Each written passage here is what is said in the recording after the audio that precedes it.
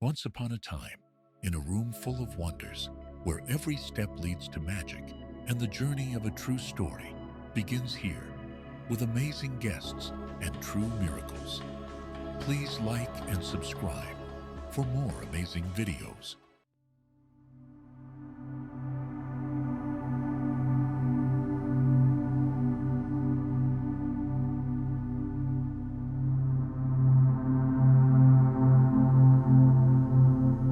Hello and welcome! John is our guest today, and thank you so much for being here today with us. Hi, ladies. It is so nice to be here. Thank you so much for the invitation. I always enjoy sharing my story, so thank you for giving me the opportunity. Well, I hope that your audience gets as much out of my story as I got when it first happened to me. And I want to tell everybody, first of all, that my experience happened when I was 21. It was back in 1987. And people have always asked me, did I come back with any kind of a sense of any gifts or any abilities? And I really didn't. The only thing that I think I was able to get was that God gave me the ability to remember every single detail of what I saw, what people told me. And to me, that must be a gift, because usually I don't have a very good memory. I can't remember stuff very well. But that experience back in 1987, I remember it like it happened yesterday. That's why I'm always so passionate when I tell my story. Well, this is how it started. My dad was in sales his whole career, and one year he won a sales contest. And part of what he won were these mopeds, what we call scooters now. And we used to ride these scooters all over the neighborhood. Well, one day I was out riding, and I had to avoid a squirrel that was in the middle of the road, and I ended up crashing into a tree.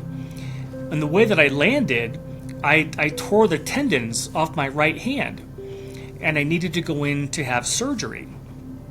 Well, I had never been in a hospital really, and I never had surgery, so I didn't know what to expect. So my mom drove me down to the clinic, and when they went to give me the anesthesia, I had some kind of a horrible reaction, and it stopped my heart, and I actually died. And that's how my story starts.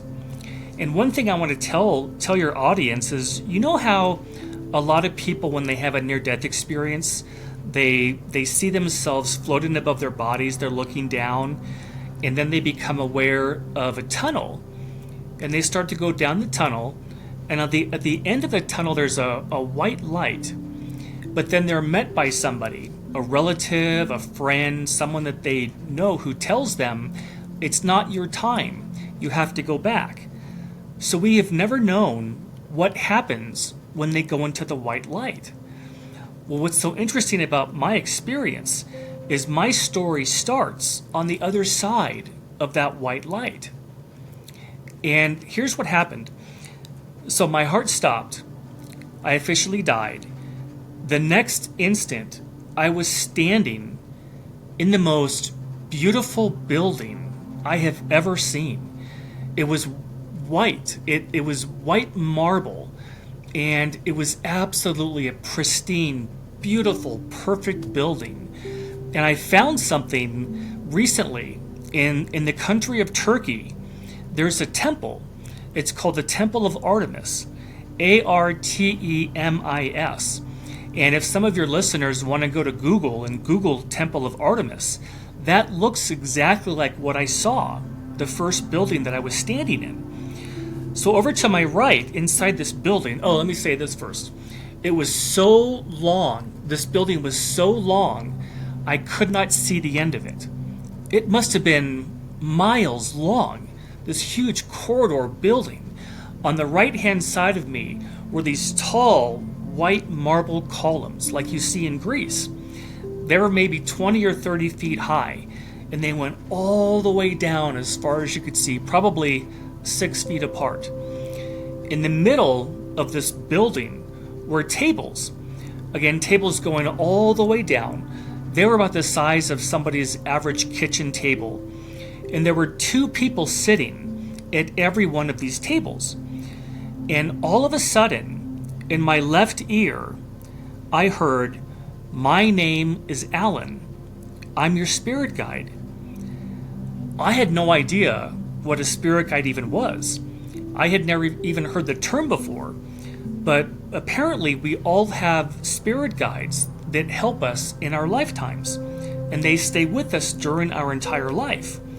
So what happened is during my NDE, he was talking to me the entire time in my ear, and he was telling me everything that I was seeing.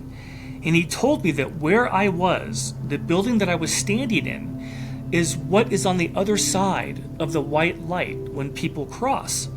And it's called the Orientation Center. Well, over to my left, this was the most interesting part. The right-hand side were all these marble columns. The middle were these tables with people sitting there. And to my left were these doorways. They were tunnels. They were tunnels that had been cut out of solid marble, just like a door. And they were, if you looked at the tunnel, it was black. It looked like space. And my guide said, "This is the Orientation Center." And the people who were sitting at these tables, they were called orientation counselors. And their job is to basically help people when they finish their lifetime. They come back to the other side and they help them remember where they're from. Well, my guide said, "Look at the next tunnel." So I looked up and there was a man who was coming through this tunnel. He was an elderly gentleman. He was probably in his 80s or 90s. And he came to the tunnel and he was doing this. His right hand was holding his chest like he had pain. And my guide said he just passed from a heart attack. So one of these counselors, it was a woman, she stood up, she walked over to him, she took her hands in his, and she led him back to the table, and they sat down, and they started talking. And I couldn't hear what she was saying because I was a little bit too far away, but my guide was telling me that what these orientation counselors do is they help people remember where they're from. Because most of us, when we come into a lifetime here on Earth, we don't remember where we're from. We don't remember that the other side is what we call heaven or the afterlife. That's the real home. That Earth was never meant to be our home. We're only here temporarily to learn, to experience, and to grow. But our real existence is on the other side. When people pass, when their lifetimes are finished and they're going down this tunnel, many times people are confused because they don't remember where they're from. But what these orientation counselors do, they basically tell them, you just finished your life on Earth, this is how you passed, and now you're back on the other side now. And my guide told me to watch him. Well, his back was to me, and all of a sudden, as this counselor was talking to him, he began to change. And he changed into a young man in his early 30s. And this happened right before my eyes. And my guide said that everybody on the other side is young. They're in their early 30s. So this gentleman, he finished his life on Earth. He had a heart attack, which caused him to pass. He starts going down this tunnel towards the white light, and he ends up in the orientation center, and this counselor helps him remember who he is and where he came from. Well, just then, as soon as he changed back to who he originally is, he remembered where he's from, he stood up, and he walked off to the right between these columns. He walked down 3 steps, and he walked into what I call the gardens. I don't know if the other side calls it the gardens, but that's what it looked like to me. The most beautiful grass. I mean, green grass, emerald green, and flowers and trees. It looked like the kind of garden you would see in England that is totally manicured, but absolutely beautiful, full of color. And there were all these people who were standing there. And my guide said that this part of a person, when they pass, everybody goes to the orientation center, and then they have a reunion. And all the people that he knew in his lifetime, his parents, family, friends, everybody who passed before him, is there waiting for him. Plus all the people that he knew on the other side before he came into that life. And they were all applauding and hugging this man and just congratulating him for what he did. And my guide told me that the reason we all have reunions is because coming to Earth is really hard. There are the Earth plane, this is a hard planet, what he told me. And when people come here, it's almost like you have to be a warrior or a fighter to come here and survive what we go through. And even when you look at your own life, there have been times that are really hard. And so the people on the other side, they're rooting for us. They want us to do our best. They want us to finish what we came here for, to learn and to experience and to grow. And I just thought it was so wonderful, the fact that all these people were waiting. And here was one of the best parts. Not only do people make the transition to the other side, but so do our animals. Any animals that you've had in your life, the animals that you loved, they're also over there waiting for you. And I just thought that was wonderful, because all of my life I've always had pets. And I always wondered, do they make the transition also? And they do. So all of our animals are there also. Well, this is what happened next. My guide, Alan, he started to take me on this journey. And what he did is he took me to the outside of every one of these places first so I could tell people what they looked like. And then he took me to the inside. So the next building he took me to was this gorgeous, rectangular, large building. It was so large, we don't have anything like that size here on Earth. It's just an enormous building. And it looked like a Greek building with white marble columns all along the sides. And then he took me to the inside, and he took me to a room that was round. It was a round room, just perfectly round. And up on the ceiling were these, they looked like movie screens. And they were all in a circle around me. And he said, my guide said to me, "This is your life review." And all of a sudden, every one of those movie screens lit up. And it looked like it was a movie playing. And there must have been 15 or 20 of these screens all above my head. And as I looked at them, they were all playing a separate period of my lifetime. One of them was showing a video of me as a little toddler. Another one showed me as an infant. Another one showed me as entering my first day of kindergarten. And every screen had a different episode of my life playing. And my guide said everybody who has a lifetime will also have a life review. And there's a couple things that the life review is for. It's to show you all the good things you did. And it's also to show you anything that you may have done that hurt someone else. Because you feel what you did to somebody. If you help someone, you feel what that person felt. But if you also hurt somebody, that's how the soul learns. Because the primary reason that we come to Earth is to learn. And one of the ways we learn is when we have our life review. And how did you do? And there was one of the screens was playing this incident that happened to me in elementary school. And it was something that I never thought of before. It never occurred to me that it was anything special. But there was a young boy in our class. His name was Troy. And Troy had either MS or Parkinson's. He had something that he had to walk with crutches. Well, one day when we were out at recess, he fell. And he couldn't get back up. So I ran over to him, helped pick him up, and helped him put his crutches back on. I never thought anything about that. Well, in the life review, I could feel how much he appreciated what I did for him. And I never knew that it made any difference at all. And those are the kind of things that you see on the other side. Well, at the same time, you also see things if you hurt somebody. You feel what the other person felt that you hurt. And this isn't for any kind of judgment. There's nobody that judges you.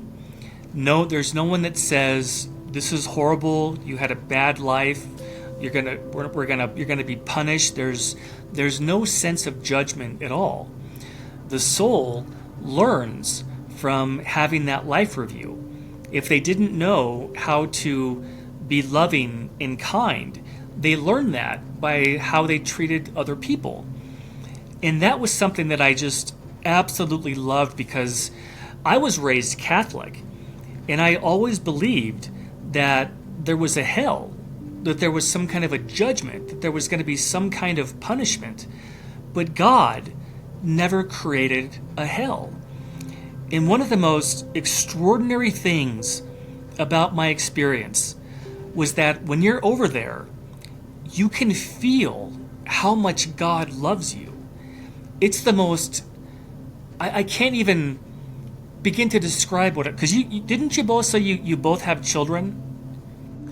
And it's that feeling that of how much love God has for every one of us. And he never created a hell. He gives every soul as many times as they need to learn and to develop. And that's what the life review does, is it teaches that soul. So that was the second place my guide took me to. The next thing he took me to, again, was another building, another large, huge building with white marble columns. A lot of the places that he took me to, they looked kind of Greek or Roman in architecture. And I don't know why that is. Not everything was like that, but just the places that he took me to were like that. In this building, he took me into a room, and the room looked like a regular movie theater.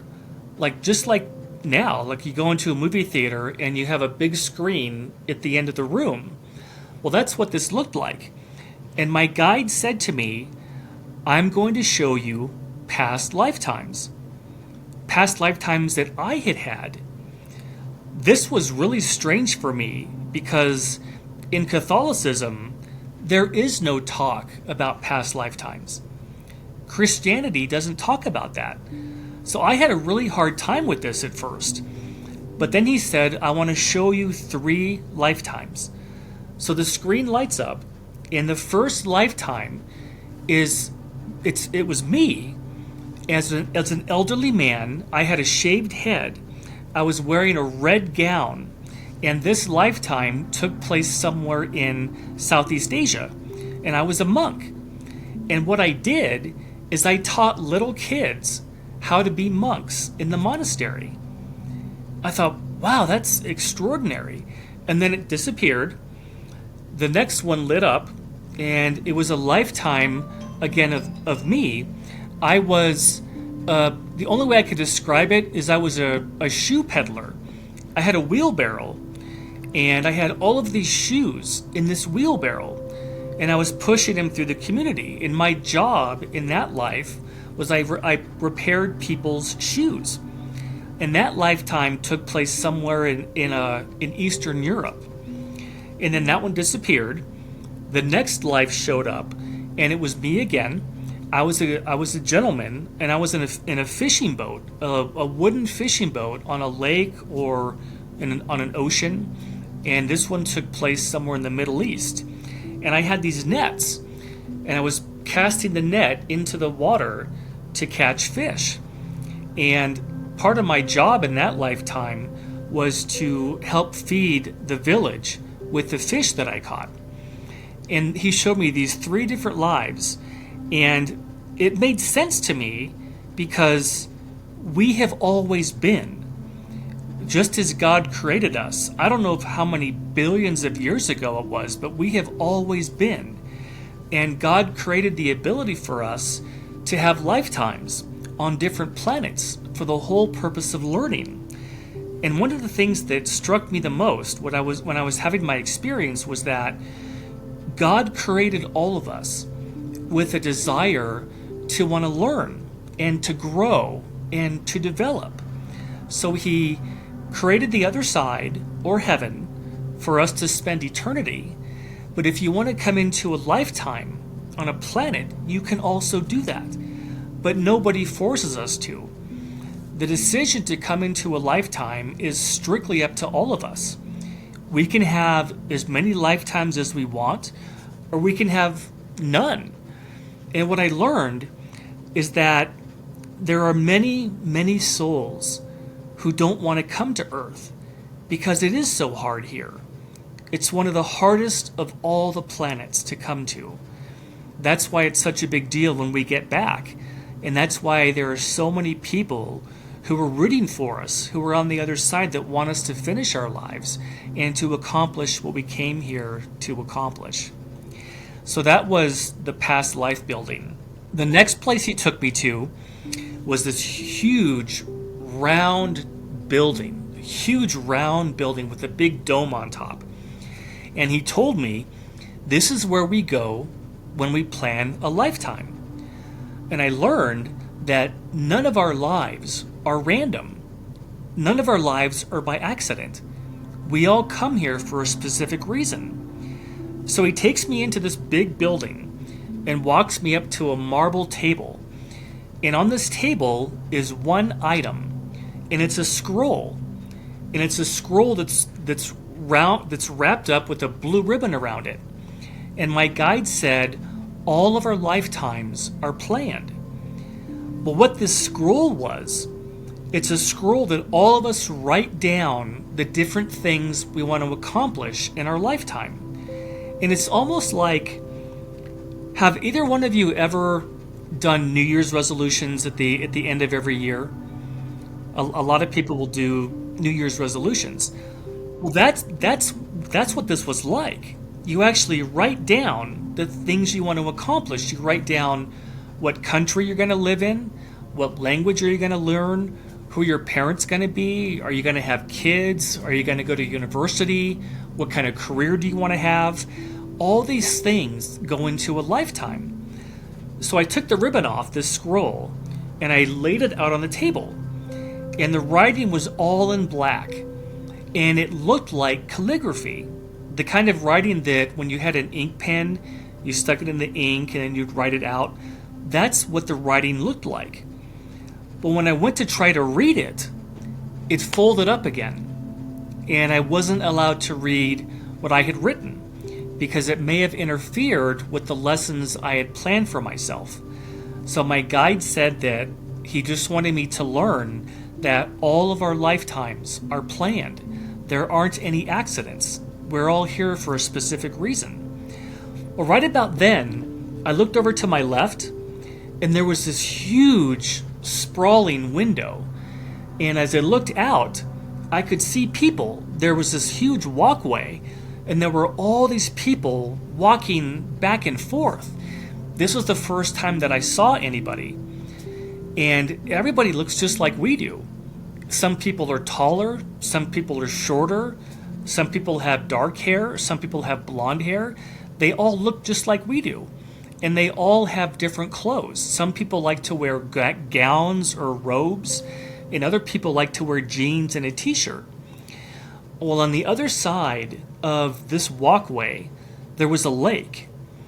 And it was a round, beautiful lake. It was probably the most beautiful lake I have ever seen.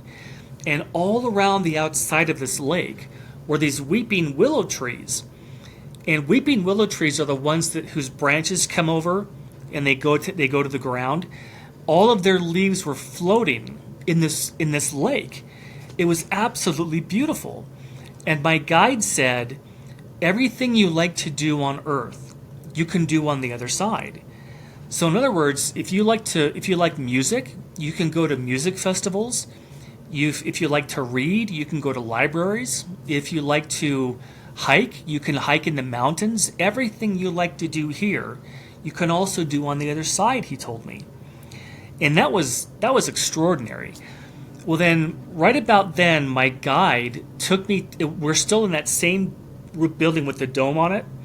He took me to an area that looked like a library, and it was this huge library. There were bookshelves, and there were all these books, and it was in this library. What was unique, though, was that all the books looked the same. They looked like Encyclopedia Britannicas. And they didn't have writing that went across the binding. The writing went down. It was vertical. And he took me to a book, and the book said Nina, Nina, Nina. And my guide said, that's your soulmate. Well, he told me that when we were created, God created all of us with soulmates. We all have a perfect soulmate on the other side. So I don't know, and I wish I would have asked this, but I don't know if the soulmate comes into every lifetime with you. That I don't know. One of the reasons we come here is to experience relationships, because that's how you learn a lot about yourself. And if your soulmate came into every lifetime with you, you may not learn that much. So we learn by having relationships with other people. But I was just amazed. I didn't even know what a soulmate was. I had never even heard that term back in 1987. I didn't even know what it was. But God created all of us with a perfect mate that we have on the other side and that we have for eternity. And that was the building with the big dome. The next place he took me to, I think, is my favorite. Of my whole experience, this next one was my favorite. And again, he takes me to the outside of this building. And this one was different. This one looked like it was made of steel. And it looked like a stadium. The kind of stadium like you would go watch a soccer game or watch a football game. Kind of like the Tampa Bay Buccaneers where you are. They have that huge stadium. That's what this looked like. So we go on the inside, and the first thing I noticed was that it was really bright. All the lights were on. And there were thousands of seats in this building. And I was the only one, me and my guide. But then there was a gentleman behind me. And the building that I was in was a planetarium. I don't know if you ever went to a planetarium when you were kids. I bet they probably had planetariums in Germany. But they're the kind of buildings that you walk in and there's a round roof. And above you, they show movies of like galaxies and planets and stars, what they call a planetarium. And that's where I was. They took me to a planetarium. Well, the gentleman behind me, he loves everything about astronomy. And on the other side, all of us have certain talents and certain skills that we love to do. Whether it's, you might like math, you might like English, you might like history, anything that you love to do, you can do on the other side. And the gentleman behind me, he loved everything about astronomy. And he spoke to me and he said, let's begin. All the lights went off, pitch black. So I sat down in a chair, and he said, when you look at the stars, this is what you see. And what he meant was that on Earth at that time, this is what we know about our solar system. And all of a sudden, our planets started showing up. Our sun, then Earth, then Mercury and Venus and Saturn and Mars, all of our planets showed up. Because he was telling me that at your level of development, this is what you know about astronomy. And then it disappeared. And then he said, when we look at the stars, this is what we see. And he was talking about everybody who was on the other side at that time. And all of a sudden, dozens of planets started showing up. Then hundreds, then thousands, and then millions of planets. And he said to me, there is far more life in the universe than you can possibly know. And there are two reasons why my guide took me here. And the first one was he wanted to show me that Earth is not the only inhabited planet in the universe. And he also wanted to show me that Earth is not the only planet where we can have lifetimes on. And this is something that I loved because when I was growing up, I used to watch reruns of Star Trek. Captain Kirk, Star Trek, Spock, all those guys. And I loved astronomy and I loved science fiction. And to know that there really are other planets that are inhabited, that Earth is not the only one. And something that I like to tell people, because I'm kind of an astronomy nerd, and a lot of people don't realize how vast our galaxy, the Milky Way, really is. Well, our galaxy is so large that astronomers measure distances in the time that light travels in a year, the speed of light. That's the fastest speed that we know. It's 186,000 miles a second. Well, our galaxy is so large that it takes light 99,000 years just to get to the other side of our galaxy, just the Milky Way. So if we had a ship that could travel at the speed of light, it would take almost 100,000 years to get to the end of it. And they also estimate that the Milky Way, just our galaxy, has over 100 billion planets and 400 billion stars. And there's a wonderful gentleman you might know him. His name is Brian Cox. He's an astrophysicist from England. And he was saying that now that we have the data from the James Webb Space Telescope and the Hubble Space Telescope, we think there are probably over 2 trillion galaxies in the universe. Well, if the Milky Way has 100 billion planets, and these other planets in the galaxy also have 100 billion planets, it is absolutely extraordinary how many planets we could have lifetimes on. And that just fascinates me because I've always loved the study of astronomy. And I can't wait to get back to learn how many planets there really are. And I think that was my most favorite part of my whole NDE. So that was the planetarium. The next building he took me to, again, was another huge building. But it didn't have columns on the sides. It only had those marble columns in the front. And there were like 50 steps or 50, 60 steps you had to walk up to get to the doors of this building. So he takes me on the inside, and on the inside it's a library with bookshelves, wooden bookshelves, maybe 20 feet high, and there were books everywhere. And there were all kinds of people. People were studying, people were sitting at tables visiting, people were looking for books. And my guide said, everything you ever wanted to learn is in this library.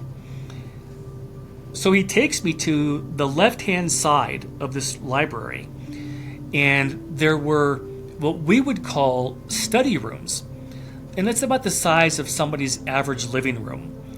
And he takes me to this one room, and there was a woman sitting there.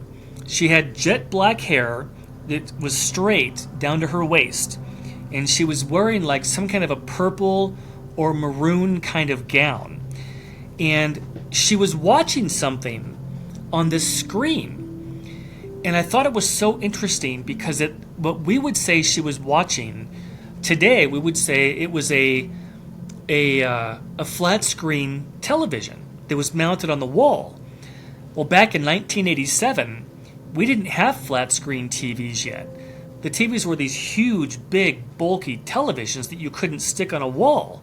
So I was amazed to see that she was watching this video and with a flat screen, looked like a flat screen television. And my guide said, look at what she's watching. So I got closer, and I could see what she was watching, and it looked like she was watching a movie of Native American Indians and the United States Cavalry having a battle like it was a war. Well, I thought she was just watching a movie, but my guide said she was watching real history. I said, how is that possible? Because 200 years ago, and this happened 200 years ago, we didn't have video cameras back then. I don't think we even had cameras yet. So how is it possible that she is watching something that happened in the past? And my guide said, everything gets recorded. So that's how we're able to see our lifetimes when we do a life review. All of the events of all of our lives, everything that has ever happened in history, is recorded. And for the life of me, I don't understand how that's possible. All I know is that everything in your life, everything that happens in history, you can see it over again when you get back to the other side.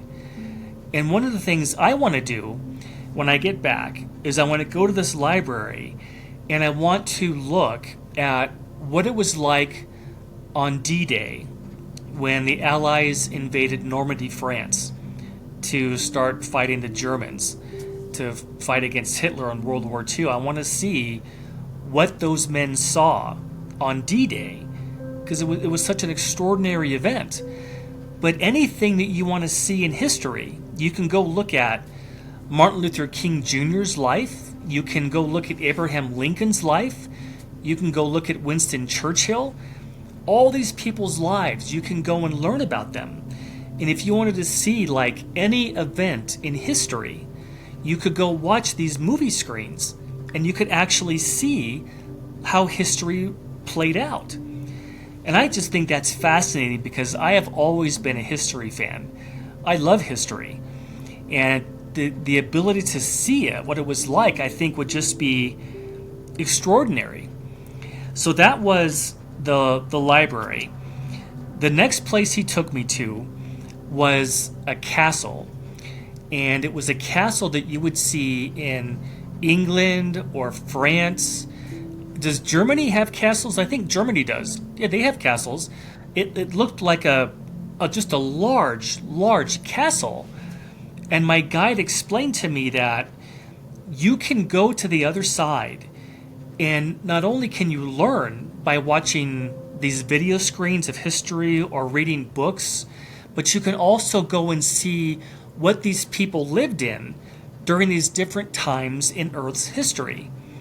So he took me to like a medieval castle you would have seen in Germany or France or Scotland, and he takes me to the inside.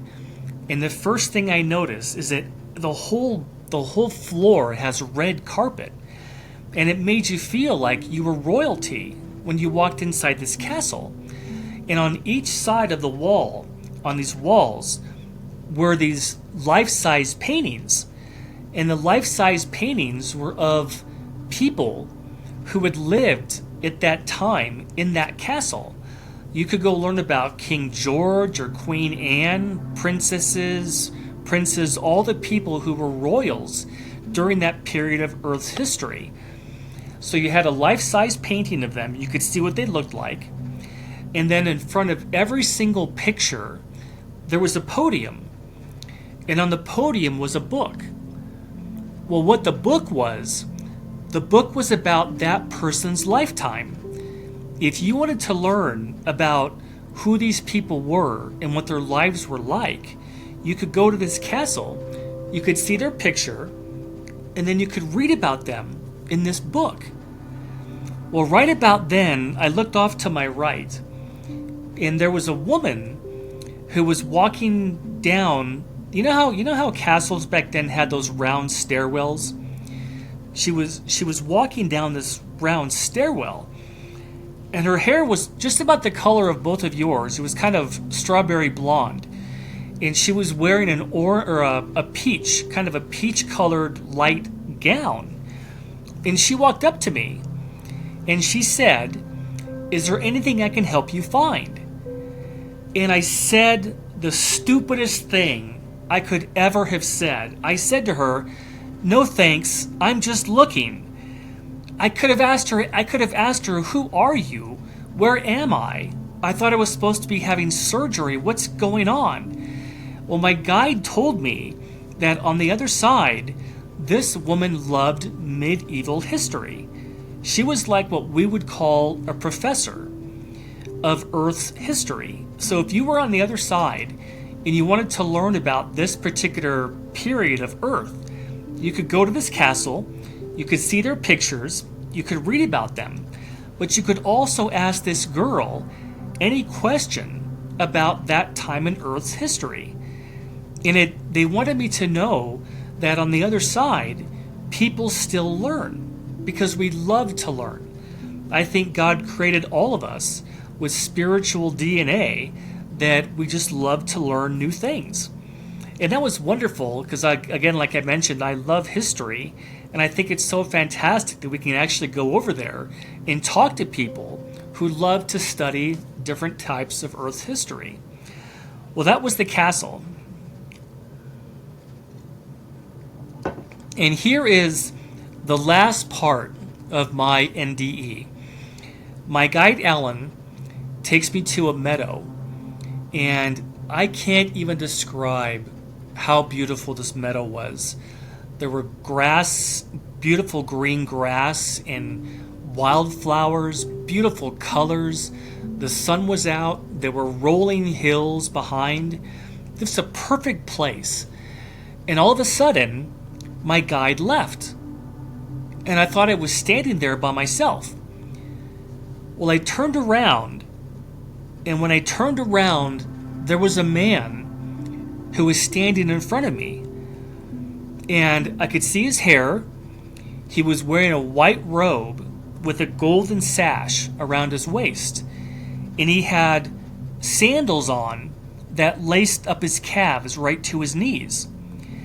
And I knew immediately that this was the entity that we know as Jesus. And he looked different than everybody else. And because when I looked at his face, there was all this light, all this light coming out of him, and I couldn't see his features.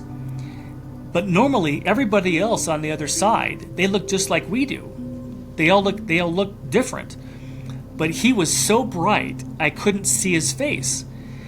And he spoke to me, and he said, "You must tell them there is no death." And instantly, right after he said that, I woke back up inside the operating room.